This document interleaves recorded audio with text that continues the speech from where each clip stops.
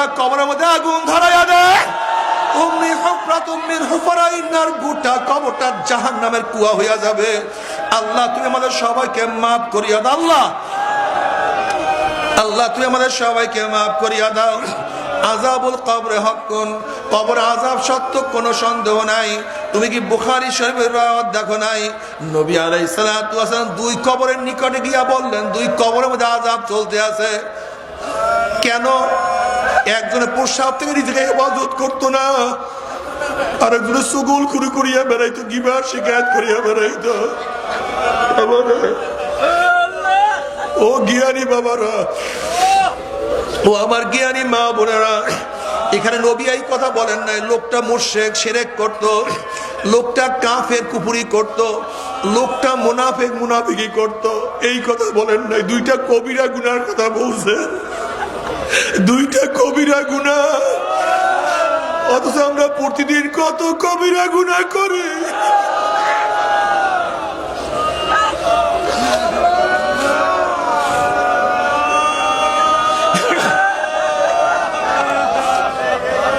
ও যুবকরা, ও আমার ছাত্ররা, ও আমার মা বোনেরা, নবী আদম আলাইহিস সালাতু ওয়াস সালাম আল্লাহ পাক একটা হুকুম অমান্য করছে, শুধু একটা হুকুম, শুধু একটা হুকুম। তাও নাফরমানির জন্য না, অবাধ্য হইয়া না। শয়তান ধোঁকা দিছে যে গন্ধম খাইলে তুমি আল্লাহর কাছে জীবনভর থাকতে পারবা। আল্লাহ তোমাকে দুনিয়াতে নামায়া দিবে। এই গন্ধম খাইলে আইন জান্নাত থেকে আর বের করা হয় না, যেহেতু আল্লাহ পাক তোমাকে দুনিয়াতে পাঠায়া দিবে, এর জন্য গন্ধম খাইতে নিষেধ করছে। নবী আদম তো মাওলার প্রেমিক, মাওলার আশিক, আমার মাওলার কাছে থাকতে চাইছে যে আমি জীবনভর আমার মাওলার কাছে থাকবো, মাওলার থেকে দূর হব না। এই ধোঁকা দিয়া গন্ধম খাওয়া ফেলাইছে, শুধু একটা ভুল করছে। এই একটা ভুল করার কারণে 350 বছর মতো কাঁদছে, কাঁদতে কাঁদতে নড়াচড়া করিয়া বলাইছে।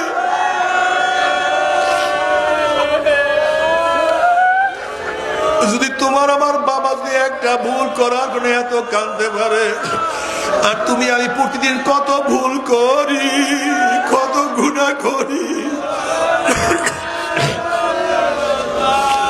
তার কোনো শেষ নাই, সীমা নাই, তার কোনো সংখ্যাও নাই। আল্লাহ আল্লাহ তুমি আমাদের সবাইকে মাফ করিয়া দাও। নবী আলাইহিস সালাতু ওয়াস সালাম একদিন একদল যুবকের নিকট থেকে রওনা করছেন। দেখেন যুবকরা হাসি তামাশার মধ্যে লিপ্ত। নবী আলাইহিস সালাতু ওয়াস সালাম বলেন, হে যুবকরা, নিশ্চয়ই তোমরা কবরের কথা ভুলিয়া গেছো, এর জন্য হাসি তামাশার মধ্যে লিপ্ত হইয়া আছো। তোমরা কি জানো কবর প্রতিদিন ডাক দিয়া কি বলে? কবর প্রতিদিন ডাক দিয়ে বলে, গোটা দুনিয়ার মানুষ আনা বাইতুল ওয়াহদা, আনা বাইতুল সুলমা, আনা বাইতুল ওয়াহশা, আনা বাইতুদ দূর। এ গোটা দুনিয়ার মানুষ, আমি একাকির ঘর। খবরদার মাওলাকে সাথে না নিয়ে কেউ আমার কাছে আসিও না। আমি অন্ধকারের ঘর, দুনিয়ার অন্ধকারের 70 গুণ অন্ধকার আমার মধ্যে, বাতিল ব্যবস্থা না করিয়া কেউ আমার কাছে আসিও না। আনা বাইতুল ওয়াহশা, আনা বাইতুদ দূর। আমি পোকামাকড়ের ঘর, আমি সাপ বিচ্ছুর ঘর। খবরদার প্রতিকার না নিয়ে কেউ আমার কাছে আসিও না। বাবারে, আযাবুল কবরে হাক্কুন, কবরে আযাব সত্য, কোনো সন্দেহ নাই। কত মানুষ কত কবর আযাব দেখছে। আমার দাদা জান রাহমাতুল্লাহ আলাইহি একদিন এক জায়গা থেকে যাইতে আছেন, কারি সাহেব বলতেন, হুজুর বড় মেয়ার কবরটা একটু জিয়ারত করিয়া যান। এ বড় মেয়ার দলেরা, এ বড় লোকের দলেরা বুঝিয়া শুনিয়া হিসাব নিকাশ মিলাইয়া তারপর মাওলার কবরে যায়।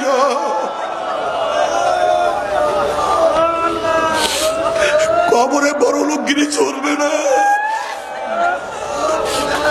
এমপি গিরি চলবে না, মিনিস্টার গিরি চলবে না, অফিসার গিরি চলবে না, পীর গিরি কিন্তু কবরের মধ্যে চলবে না।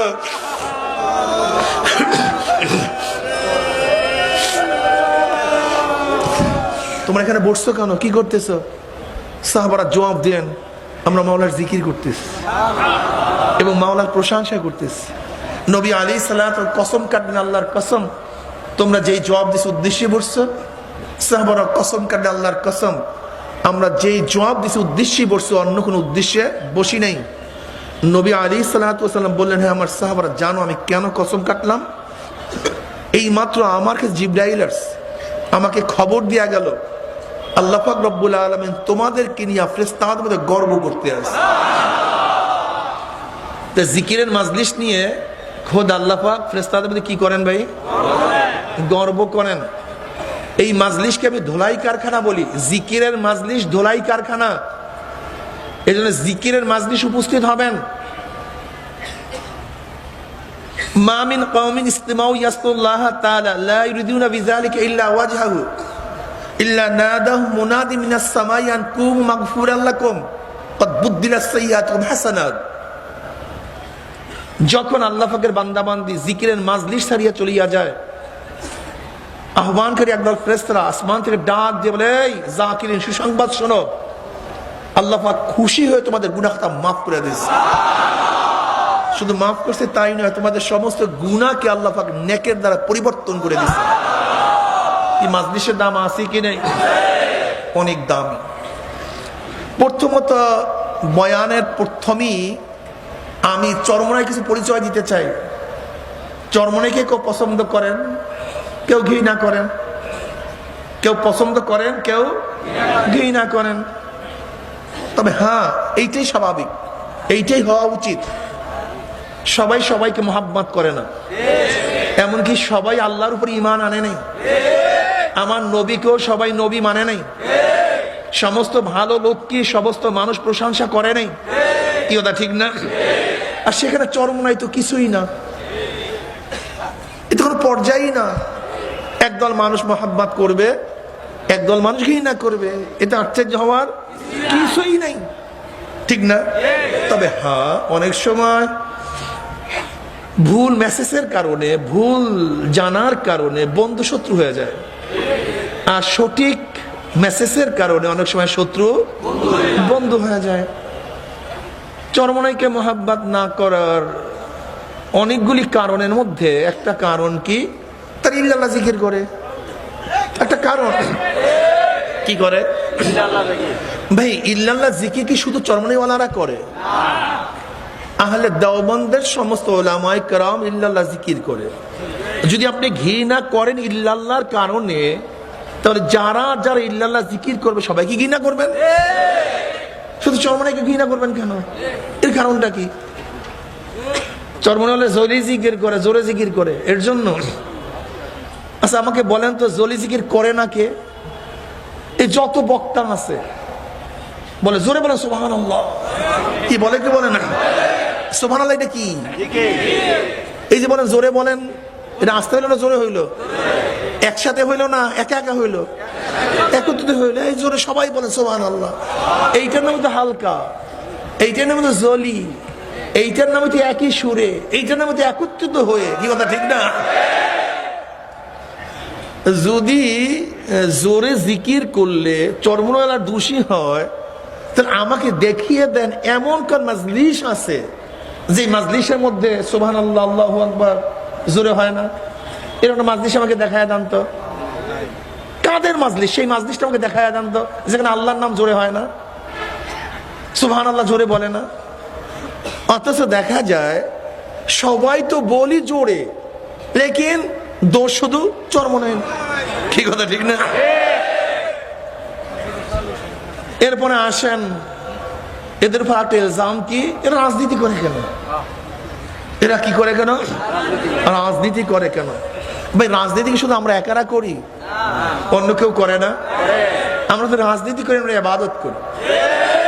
আমরা কি করি ভাই? এর জন্যই তো অনেকে অনেক কিছু করতে পারলেও আমরা করতে পারি না। অনেকে রাজনীতির নামে অনেক কিছু করতে পারলেও আমরা করতে পারি না। এর কারণটা কি? আমরা তো রাজনীতি করি না, আমরা করি ইবাদত। কি কথা ঠিক না? রাজনীতি করি কেন? রাজনীতি করি কেন? কারণটা কি? দেখেন, উলামায়ে হেনকা শানদার মাঝি, উলামায়ে ইনকা শানদার মাঝেই মুসান্নিফ তার কিতাব